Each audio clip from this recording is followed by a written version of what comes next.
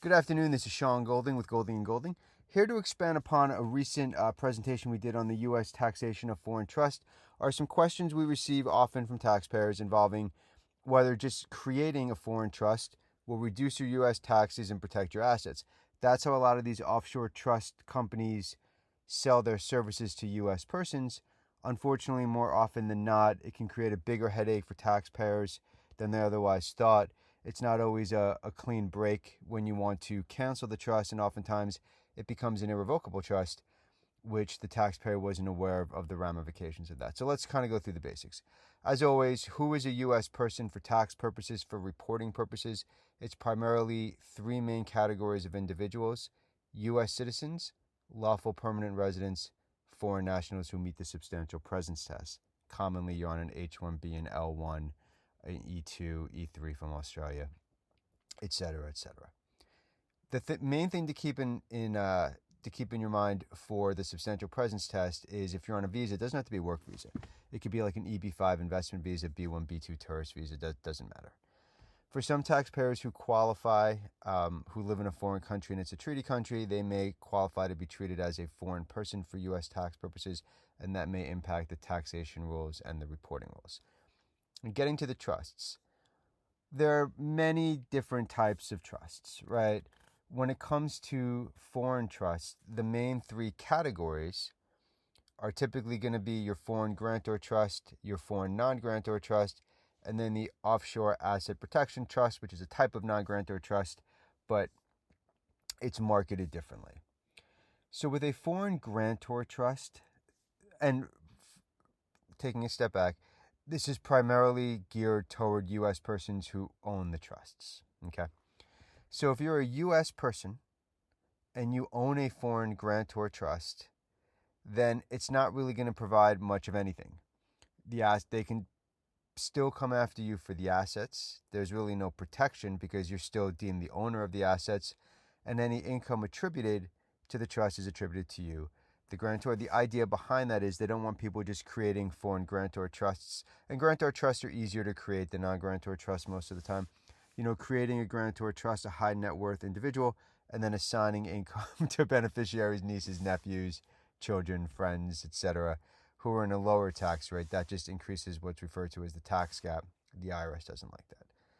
With a foreign non-grantor trust, the taxpayer no longer has control over the assets.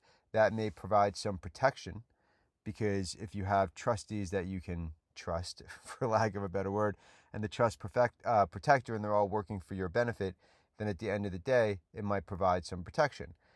Likewise, distributions are generally not going to be taxed to the grantor who created the trust or the settler because they no longer own the trust. Instead, it's the beneficiaries. U.S. beneficiaries are taxed similar to how anyone would be taxed, in the sense that they will pay tax based on how the income was distributed. Is it gains? Is it dividends? Is it regular income, other income, etc., etc.? When you have foreign non-grantor trusts, you also have other issues. It could impact both, but primarily non-grantor trusts are things like the throwback rule and DNI versus UNI.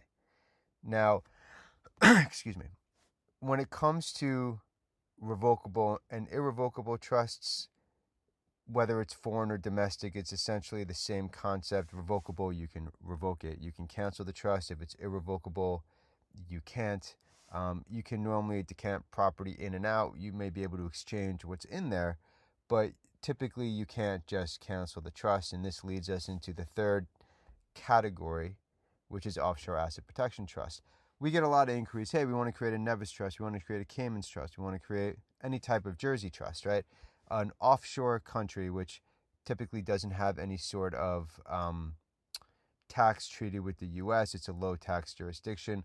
A lot of benefits that they try to sell. The trust, in order to even come at the trust, you have to post a bond.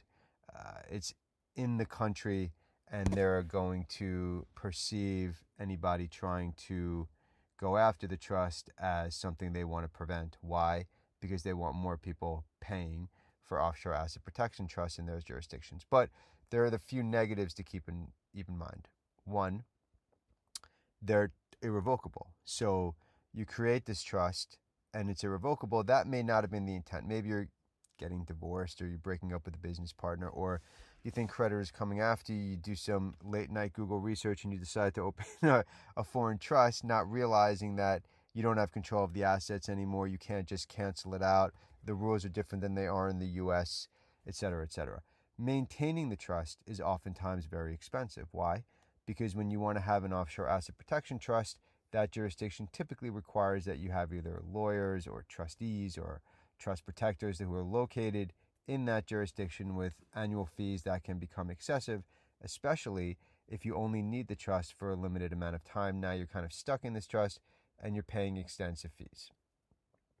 Another thing to keep in mind is when you want to exchange assets in and out of an offshore asset protection trust, you're at the mercy of the local jurisdiction, and it may not be as simple or straightforward, or I shouldn't say it like that because it's not necessarily simple or straightforward to do it in the US, but it will be infinitely more complicated when you want to do that. There could be additional taxes and fees and licensing and levies and things of that nature. A couple of important things to keep in mind for foreign trusts. If your intent is to control the trust, then you typically are not going to want to do a non-grantor trust, no matter who you have as the trustee or the trust protector. If you still want that control, then you may want to consider a foreign grantor trust. There is a whole world of planning. If you're thinking about using or creating a trust, then especially a foreign trust, you'll want to go to a board-certified trust planning attorney. There's many different pitfalls and tax traps to be aware of.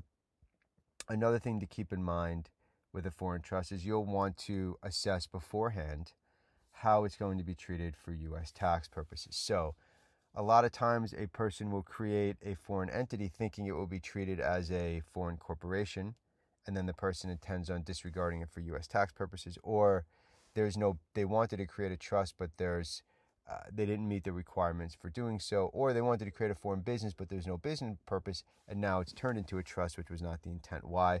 Because there's a lot of reporting requirements for a foreign trust. You may have to do a Form 3520, Form 3520A. The failure to report these forms can have extensively high penalties. Now, with the Form 5471, there was a recent case, Farhi, which kind of handicapped the IRS in being able to issue penalties, assessable penalties. And while the concept conceptually may apply to foreign trust, there is not a case on point yet that prevents the IRS from issuing penalties, and they love issuing penalties for foreign trusts, foreign gifts, and foreign inheritances. If you're out of compliance, if you didn't properly report the trust and the income, there are various amnesty programs to assist you with getting into compliance. If you're willful, it's the Voluntary Disclosure Program, VDP, which is for both domestic and offshore. If it's non-willful, there's various other options available. There are the streamlined procedures, there's the delinquency procedures, and there's reasonable cause. We have a lot of free information available on our main websites and our sub-websites.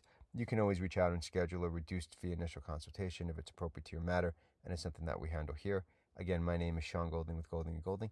Thank you for your time. Enjoy the rest of your day.